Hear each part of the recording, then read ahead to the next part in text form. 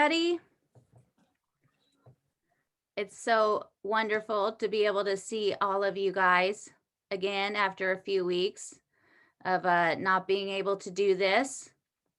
So I'm very happy to be back at it and back in Paris and bringing you guys some more Paris. Today we'll bring you a few things that maybe you haven't noticed before. And one of my, we're starting at a place that I absolutely just adore that probably not many people have been to at all. But it's so great to see everybody. And just as a reminder to make sure that you click on Kate's image, Kate French, and you're going to want to, in the top right hand corner, click on the little blue little bubble and hit pin. That way you pin her image to the screen and you still hear me. If you are on a iPhone or an iPad, you could go ahead and just double click on the image. And that way.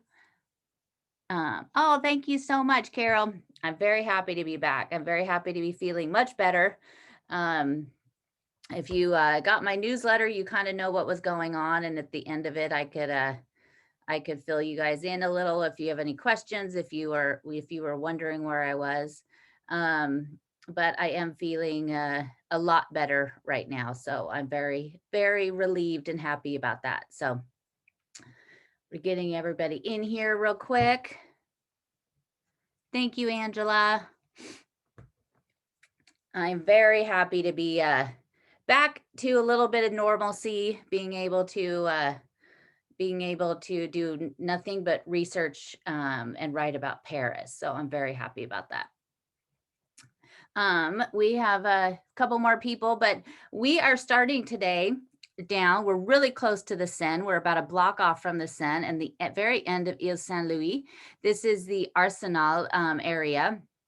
And we are right now in front of the Pavilion Arsenal, which is a place that probably not many people have been to, but it is sort of a museum. And inside of it, it's a museum of architecture and city planning. I know city planning might sound like a little bit of a bore, but you know, it's Paris. And so it's, I've gone in there and seen some really cool exhibitions about Haussmann and what he did to Paris. But I think we have almost everybody here. So we'll go ahead. I'll just go ahead and start talking about the building. But the building itself is a kind of interesting building. I love that window above the door. It was built in 1879. Oh, a couple more people in 1879 by Clement for Laurent Louis Barniche, and he wanted to have it. He was a lumber baron. He had made all of his money in the lumber trade. And he fancied himself a painter, but he also was a huge collector of art. So he had this huge collection and he wanted to have a building created just to hold all of his art. And then he was going to open it up for people to come and visit. Unfortunately, he never saw the building finished. He died before it was completed. And I probably spent 2 hours looking into his art collection, wondering what happened to it. I couldn't find anything. So he's a pretty obscure name. So sometimes it's a little bit more difficult. But the building was once, this part right here where we are standing was once a small island.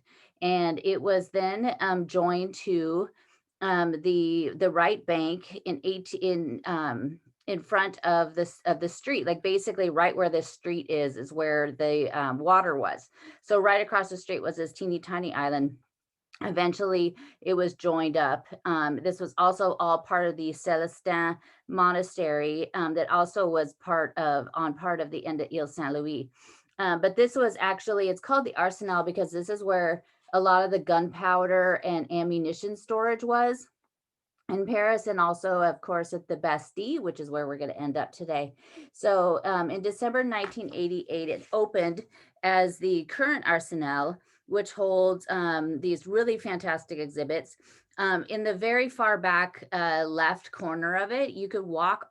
They have a huge map of the city of Paris that you could just walk over, and it's really fun because you could walk over it look and see where, find your hotel or your apartment where you're staying and find all these different landmarks. But they do different exhibitions, attached to architecture. It's not one of those, it's something that some people might, go in and out of pretty quickly, or you could go in there, spend a good hour or so, but definitely go check it out. Another fun thing is they usually are open on the holidays. So if you happen to be in Paris on May 1st, every single thing is closed. But this guy and the Musée Maillot is open. So it'll give you something to do on those days when you're like, there's nothing to do. So, but it's really cool. It has a lot of stuff about Haussmann in there and what he did to Paris. Has a really great little bookstore, which I never pass up a bookstore. So, but that big window, there's a balcony up there, so you could walk up there and you could actually look right out out that great window. So it's pretty cool. We're gonna now walk over and go across, and we're gonna go to this little park that holds another really special thing that I was so excited the first time I saw it.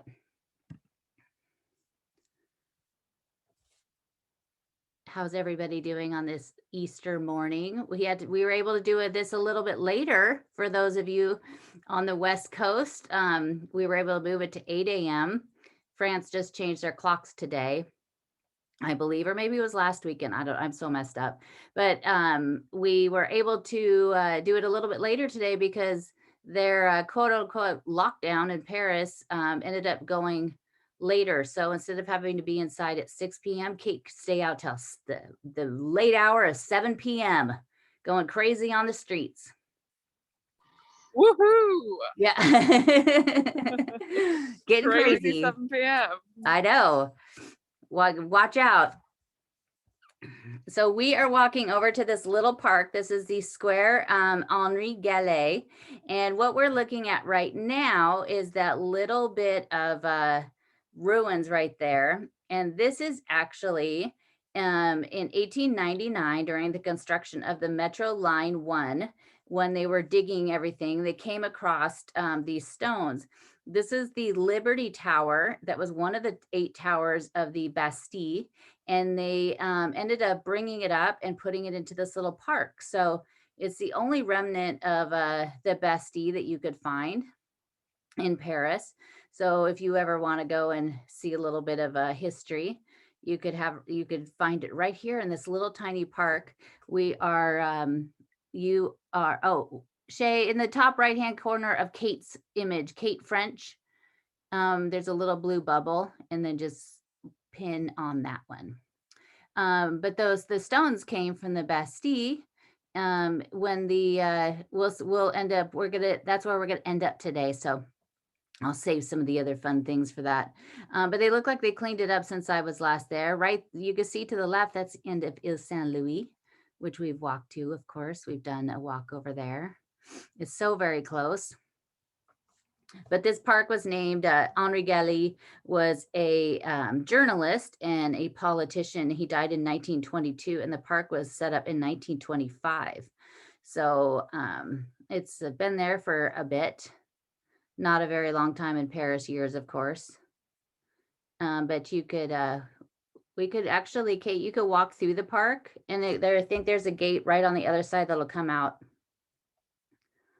It's a nice sunny day. They've had this gorgeous weather in Paris this week, and then they were trying to say this week it was gonna maybe snow, but Kate and I were just talking, and they kind of pulled back from that. But going from 75 degrees in Paris to maybe having snow would be kind of crazy, but the weather is beautiful today.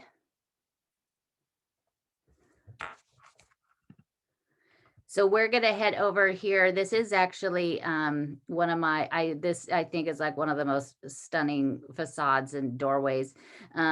We are going this is a Quai de Célestin. It was named after the convent, of course. It kind of covered this whole area that went back to 1352. It also, as I said, stretched over to the Ile Saint-Louis. And this building on the corner is the Hotel Floubet.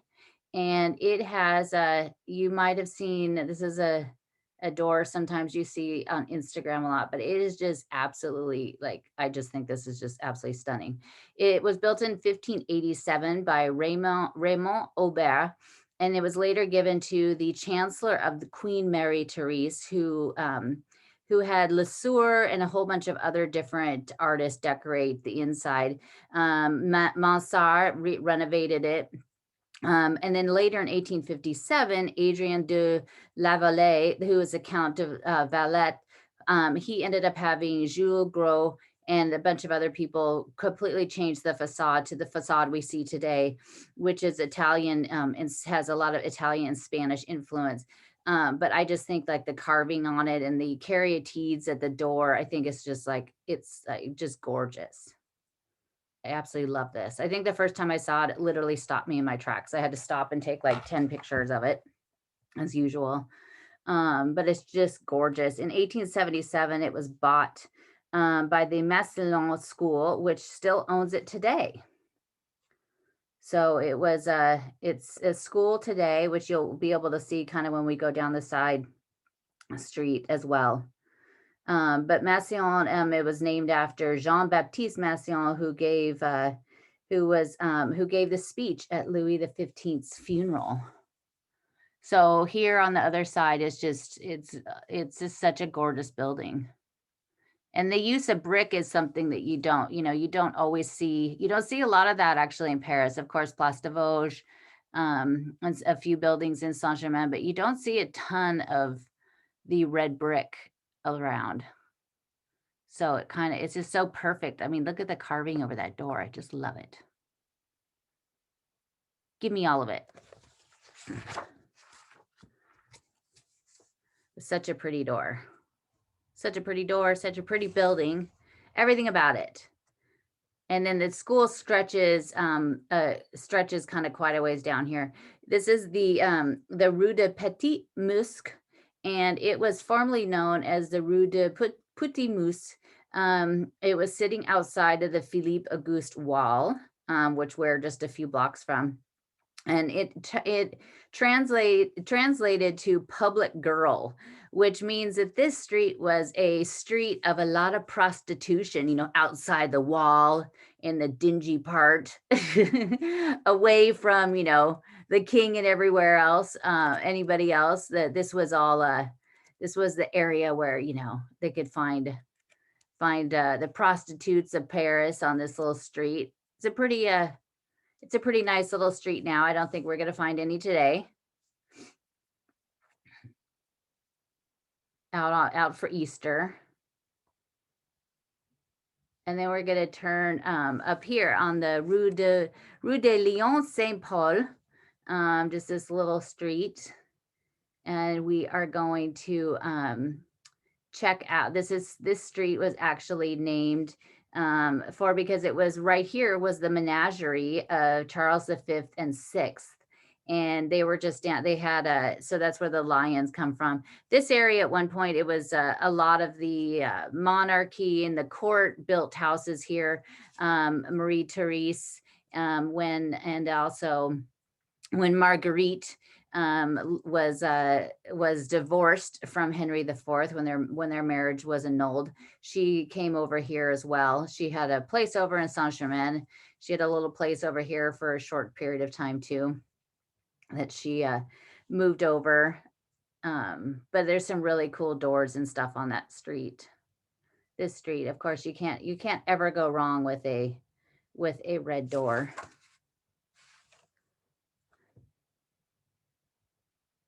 I love a red door. There was a house we drove by yesterday, and it had it was a white house, had a huge bright yellow door. I was like, no, that should be a red door. So this is another one of my little favorite things that kind of is left behind in Paris. And this is we're coming up to this door right here.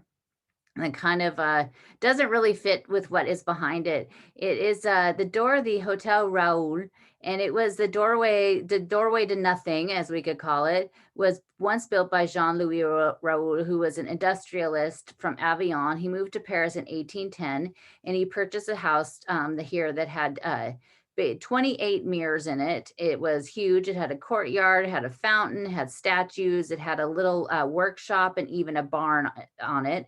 So it was took up a lot of the space here.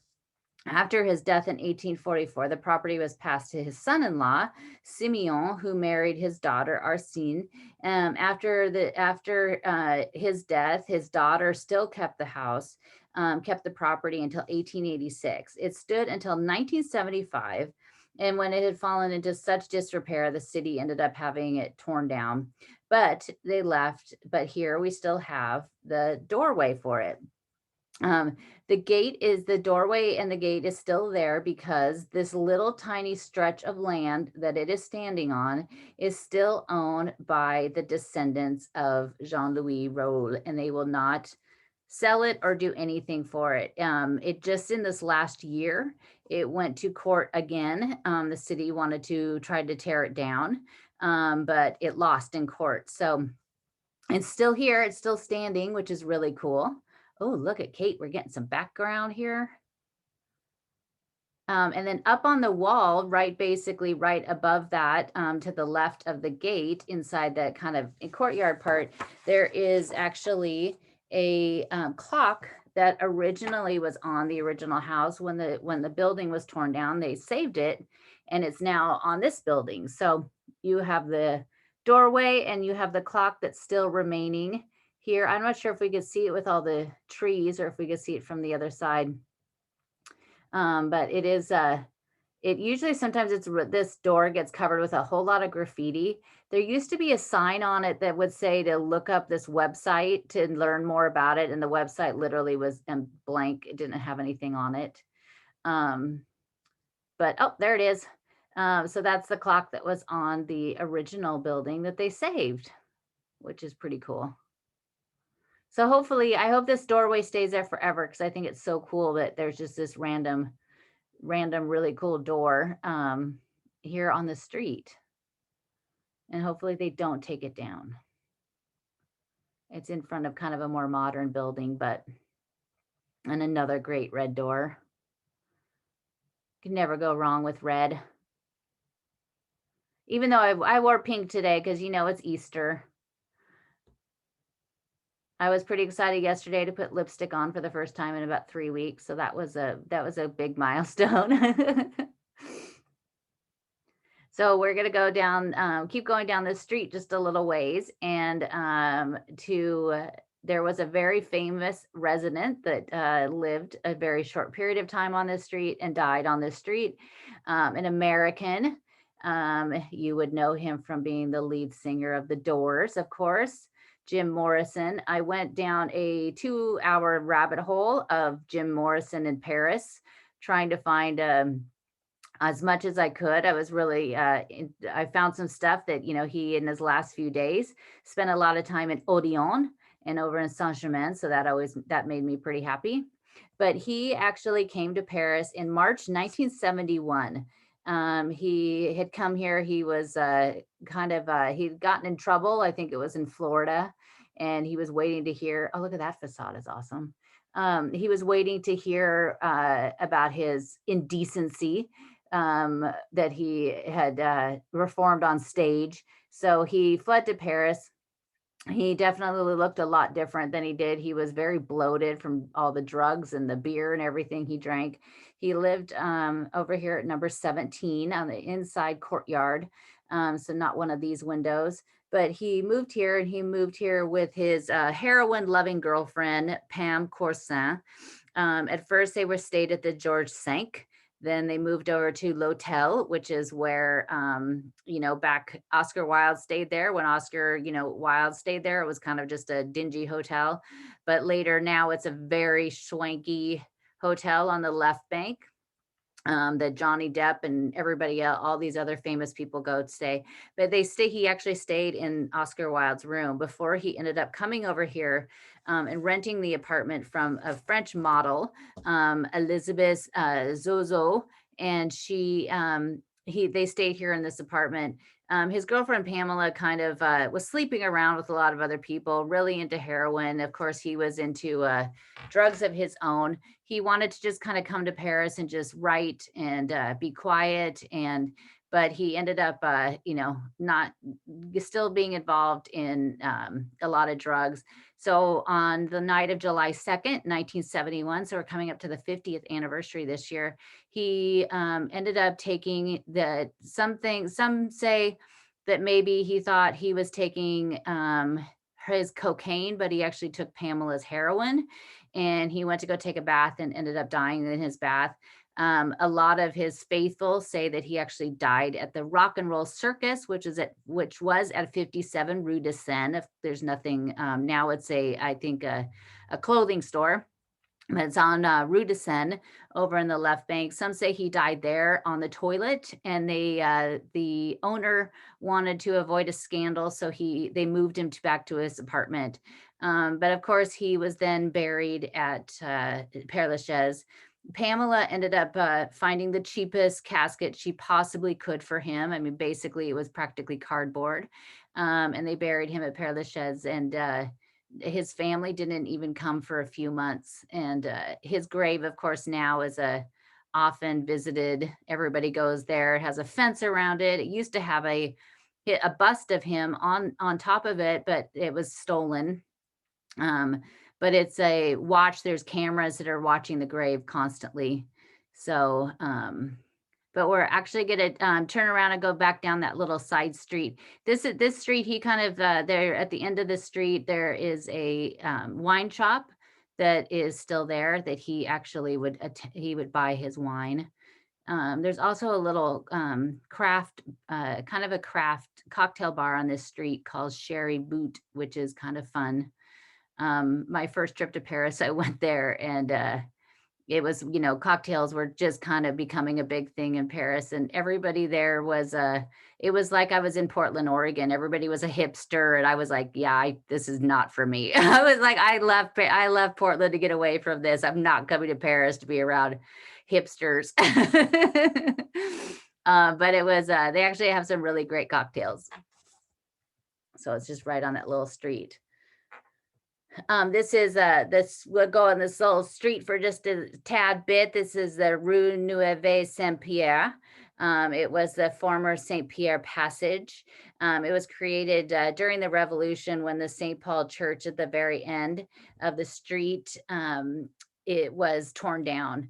Look at that, you got a cool little sculpture on the side of the building there, some basketball. But this was just this little small street. Was created back then. If we're going to turn right up here, but if you go to the end, you could actually see part of where the church was, just right against the wall. And it's such a nice little day in Paris today.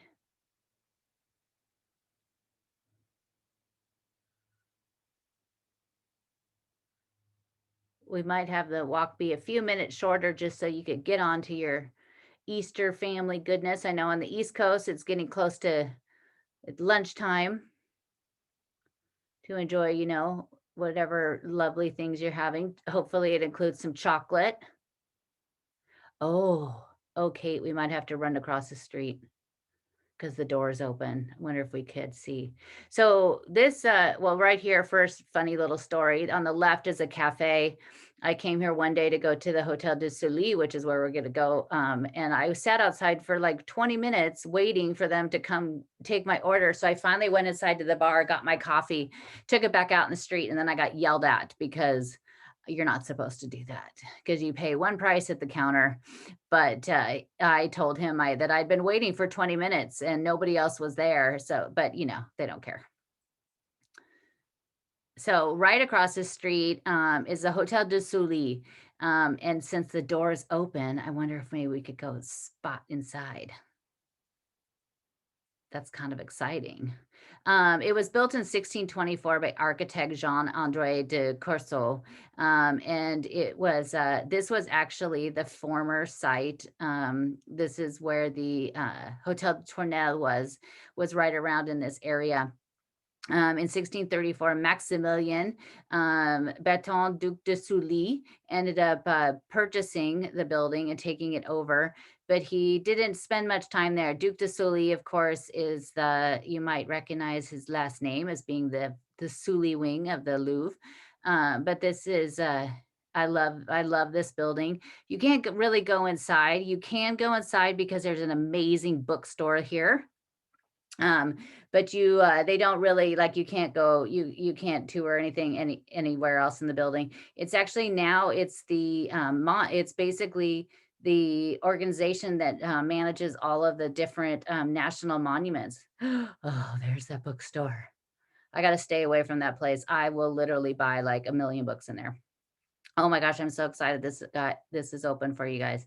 But it ended up being it ended up just being the office buildings, and you could go inside here. You could definitely go back here and visit the garden. I'm just so excited it's open. It's such a gorgeous building. And I love that little round piece. It's from a small rose window.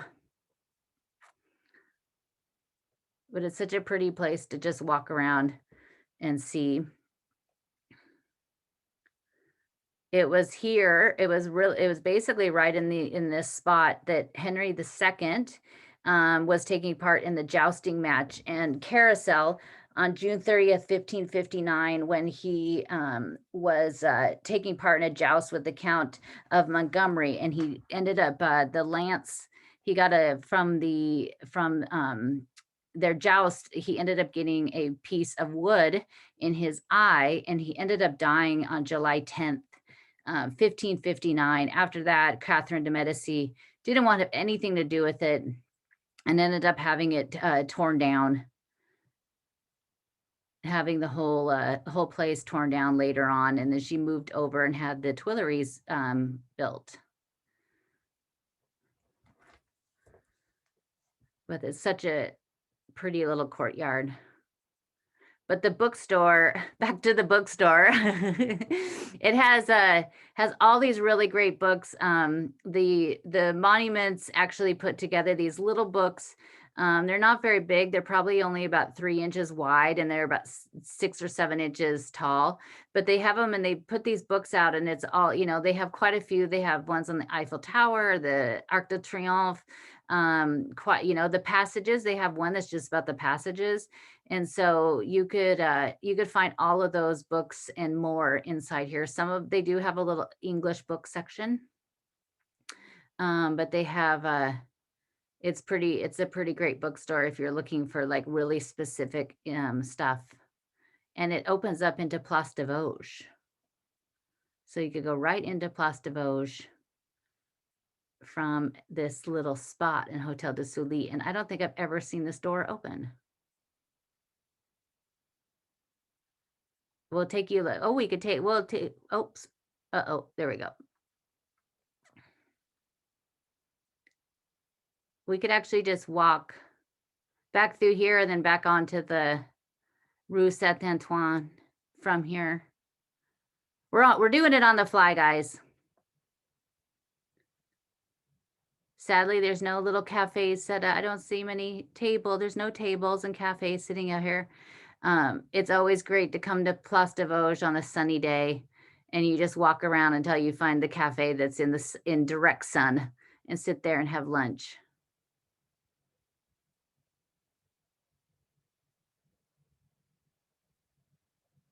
And then right back out.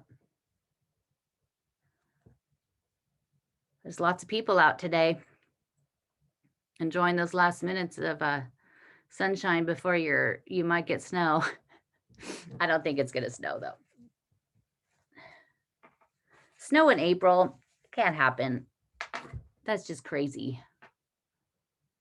There's a little tiny or there was a little store here on the left that had little keepsakes and stuff, and that is where I found my little license plate for a bike that said Claudine, that I had literally waited for my entire life, because they did not have those in the States. You cannot get a little one of those. Remember those little Those little license plates you'd put on your bike with your name on it. Sadly, I was a child that never had one. And then I went to Paris and I found them. And now I have like 4. And no bike, but I actually have one. I'm looking right at it here on my desk. Yeah, Rox understands. She doesn't have one either. She couldn't have one either. Uh-oh. So we're going to head back out here onto Rue Saint-Antoine, which of course, if you keep following it down, it would go all the way into Rue de Rivoli and past the Louvre, and then eventually up to the Champs-Élysées. So it kind of cuts through everywhere. This building we're going to look at coming up here on the right-hand side that you see with a little bit of brick. It's such another really pretty building. It's the Hotel de Mayenne. In September 10th, 1605, Charles de Lorrain bought the former hotel that was the Hotel Particulier that was here. In 1613, he had the building updated, including the facade where they added all of these great touches on there and this little balcony. It has the 2 sides joined in the middle by the gate. The Lorraine family had it until 1759 and would later become a school for the Brothers of the Christian School. And it's still a school today. So they still have it. So there's these 2 great old buildings just kind of on the same street, because that's the same street as that fantastic building on Quai de Célestin. Both are now schools. So I don't know about you, but our schools in America sure don't look like that. I think I would have loved to have gone to school if it looked like that every single day. So that's such a pretty day. We are next coming up right here. This is a building that I have been trying to get into forever. And when I finally got into it, it is basically the entire interior was filled with scaffolding and I couldn't see anything. So this is the Protestant Temple of the Marais. It was built in 1632 by architect Francois Monser, and is known as it was known at that point as a Church of the Convent of St. Mary from 1632 to 1789. Under Napoleon in 1802, it was changed to the Protestant Temple. The coolest thing I think about this is inside of it is the tomb of the Fouquet family. And so Nicolas Fouquet, of course, is the man that had Vaux-le-Vicomte, and he had that built, and he was working under Louis XIV, and he threw this huge party and invited Louis XIV and his gigantic entourage. And when Louis got there, he couldn't believe, I think he was a bit jealous because everything was so lavish and fancy. And he figured there's no way that he could afford this. He must be stealing from me. So he had Fouquet thrown in jail. And then he ended up taking his artists, Charles Lebrun, André Lenotre, Louis Laveau, and he took them and then he created Versailles. So he was a little bit jealous, and poor Fouquet, but Fouquet's father is buried here and the rest of their family. And so I would love to be able to see, get in there and see the crypt, but this is a church. It's only open. I got up early and hightailed it over there on a Sunday morning when they were about, open for church. And I walked inside, and it's very small, as you could see inside, but the entire inside was just covered with scaffolding. So my one time to see it, I was like, I was basically thwarted yet again. But I will get in there, and I definitely want to go down and see the crypt where Fouquet is with the rest of the family. That's such a fascinating story. There's a great book written, I think it's called The Man That Outshone the Sun King. And it's all about that whole episode and what happened to Nicholas. So this here is a statue of Mr. Beaumarshay. Pierre Augustin Caron de Beaumarshay was born in 1732. He lived till 1799. He was born to a watchmaker. His father was a watchmaker, and he went into the business for a short period of time. And he got the attention of Louis XV. Louis XV asked him to make a ring watch, a ring that had a clock on the ring for his mistress, Madame de Pompadour, who we did a podcast episode about her. She was fascinating. Look at how beautiful that is with all this, with the little green on the trees. He would later become a playwright, and he had written Were You Probably the Barber de Seville. He also wrote The Marriage of Figaro. But he was involved in a lot of stuff, but his private life is what I think is kind of interesting. He was married 3 times. Each of his first 2 wives died under suspicious circumstances. Very quickly, the first wife died 10 months after they were married. The second wife died 2 years after they were married. He kind of would go around and just kind of gather people and things to his advantage a lot of the time, he ended up actually changing his name to Beaumarshay after he married his first wife. So he was kind of an interesting character. The strange circumstances from his wives, but nobody really cared. Later, he lived just actually very close to this. We're very close to the Bastille now. He lived really close to this, and during the storming of the Bastille, he ended up they were throwing things out the window into the ditch, papers and dishes and anything else that they could get their hands off, they just threw out the window. And he was out there like gathering everything up and taking it home. So he definitely was always he was a very resourceful man over the years, kind of just gathering people and things to his advantage. But his name is also just really fun to say, Beaumarchais. And so there's this great statue. What a beautiful day. Look at that, Kate. So gorgeous. Got the temple in the background.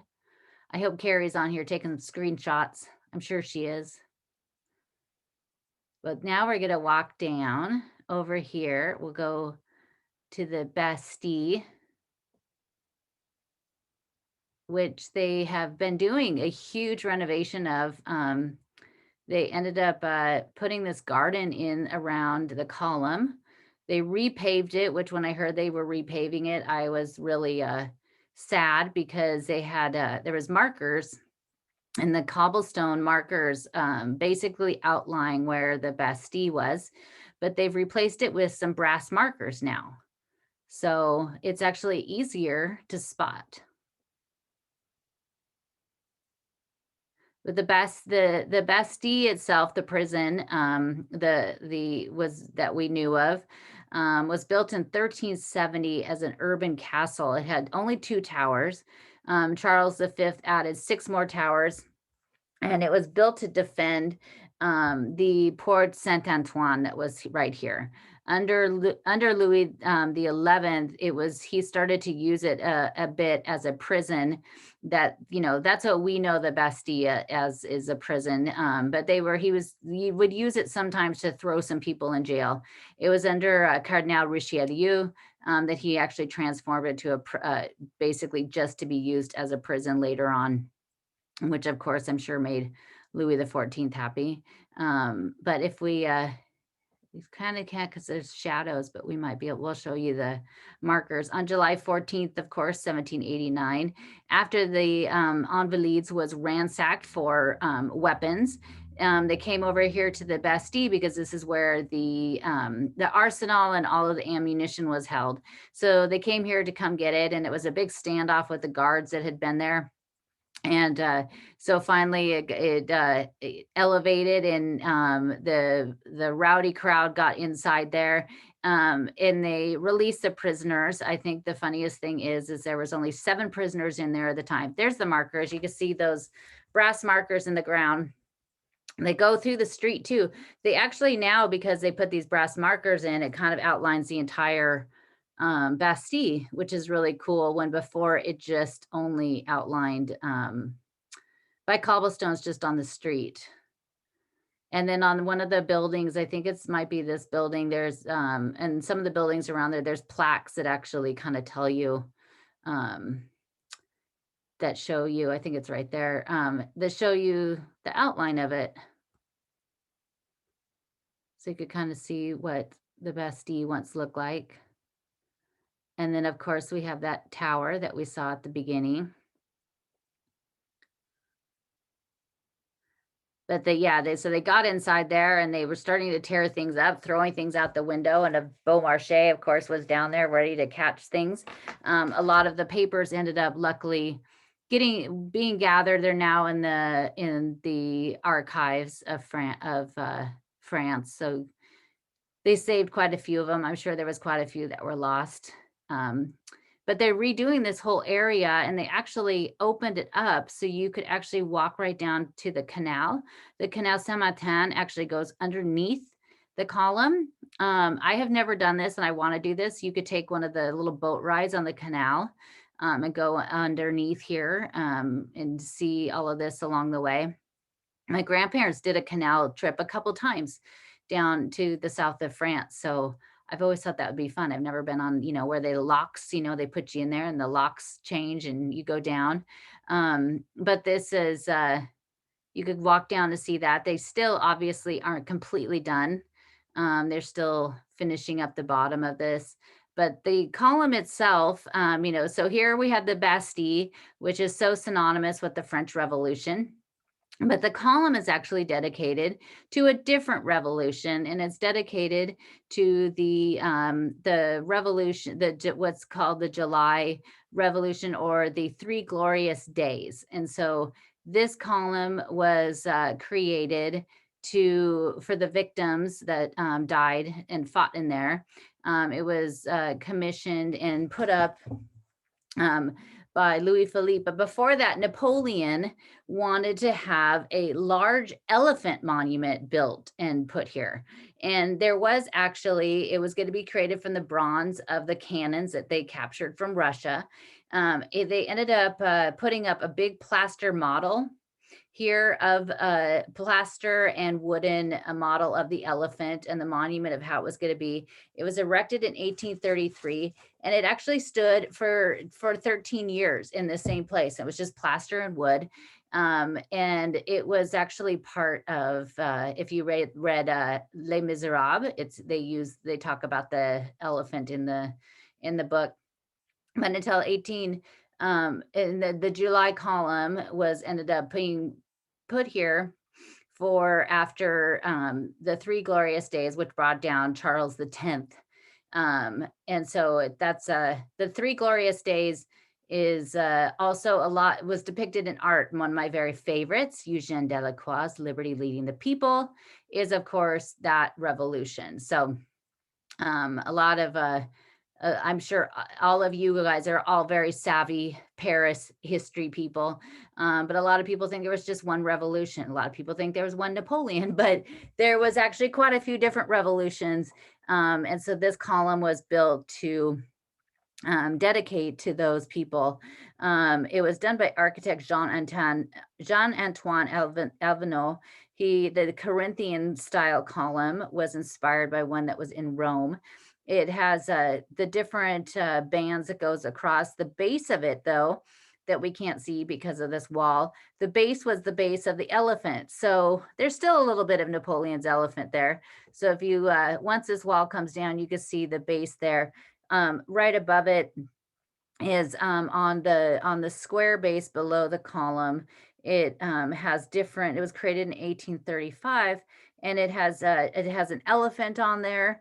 There's a for the decoration. There's a lion, and they have the astrological symbol of July, and then it has a bunch of the names of the people that had perished during that period.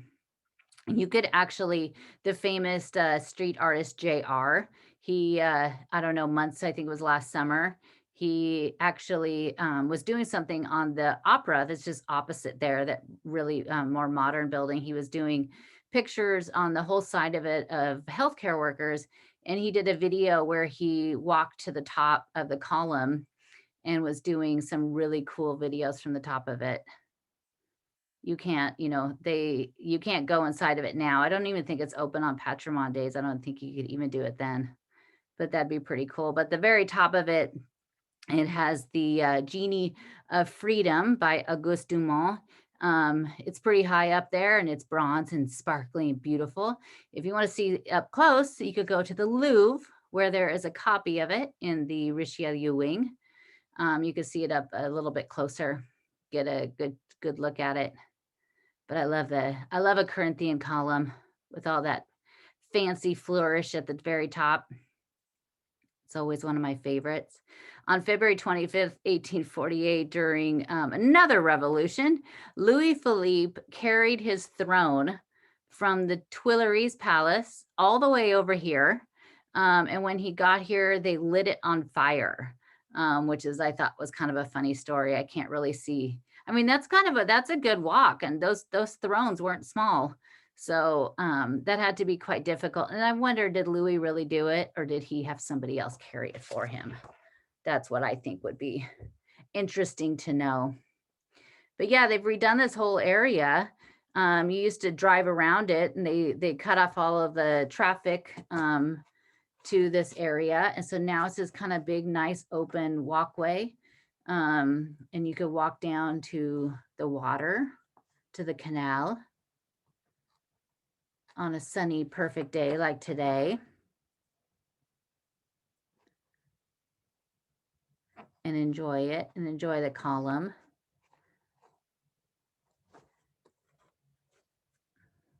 And enjoy Paris, of course, which we all can't wait to be able to do. There's light at the end of the tunnel for all of us, I think. I think we'll be back there soon.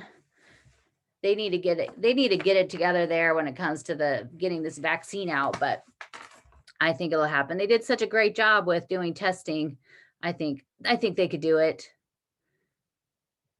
But such a great view.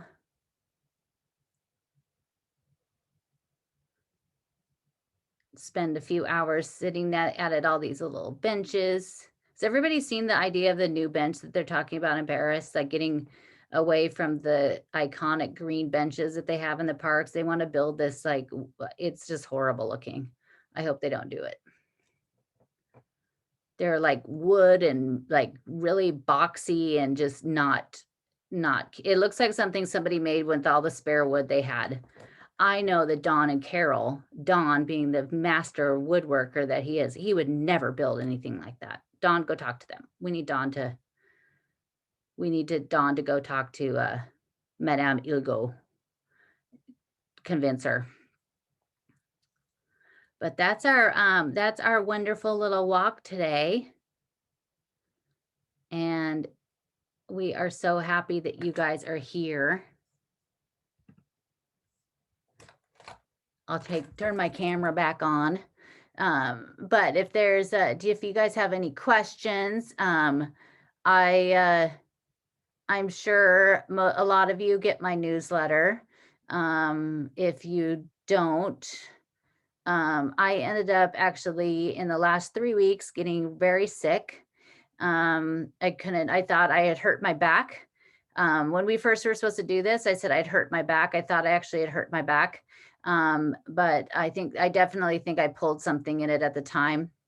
But what actually ended up happening is I ended up getting this huge hematoma on my back. I still have it. It's getting smaller, but I still have it. I ended up getting very sick, to the point where just even walking, 12 steps to the restroom was horrific. And I would literally lay in bed and contemplate even trying to get there.